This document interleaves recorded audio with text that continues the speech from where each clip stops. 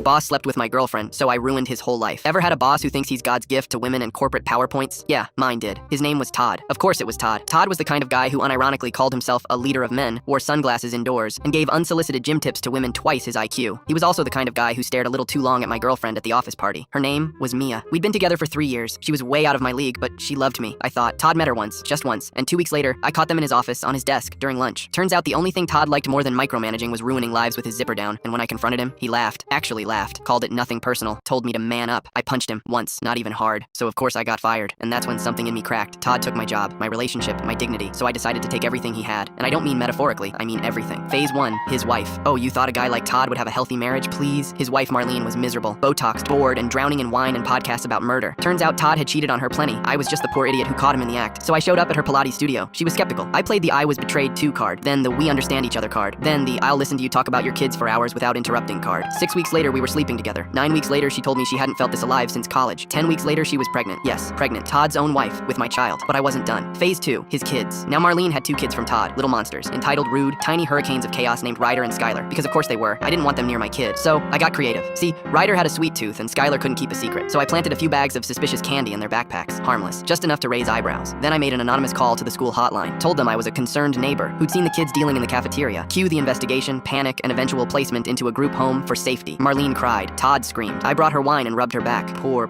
Ryder and Skylar. They should have learned to shut the hell up. Phase 3, his reputation. You know what Todd loved even more than women? His LinkedIn profile. Visionary leader, corporate strategist, mentor to many, blah blah blah. So I created an anonymous blog. The Real Todd included stories from ex-employees, audio recordings of him making locker room jokes in board meetings, screenshots from his personal phone, because guess what Mia gave me when she found out he ghosted her too? Within a month, the blog had traction. HR got involved, then legal, then the media. Todd was blacklisted. His name became office poison. He applied for 60 jobs, got ghosted by 59. The 60th made him a janitor. He declined. Eventually, he stopped trying. Phase 4, his home. Todd had a beautiful house. Note the past tense. Marlene filed for divorce. Guess who helped her with the paperwork? Guess who was waiting on the porch when Todd came back one night to collect a few things? Me. I handed him a box of socks and a letter from my lawyer. And yes, I kissed Marlene in front of him, twice. She didn't even flinch. Todd moved into a motel. The fancy kind, for about 2 nights. Then his savings ran dry. Then the street became his bedroom. Last I saw him, he was sitting outside a 7-Eleven, yelling at pigeons and sipping expired chocolate milk like it owed him money. So yeah, my boss slept with my girlfriend. So I slept with his wife, took his family, imploded his career, got his kids institutionalized, and gave him a new hobby, talking to trash cans. And the best part, I still have the security footage from his office, the original Sin. I watch it sometimes when I need a laugh, because karma didn't get him. I did. And unlike karma, I don't forgive, I don't forget, I breed.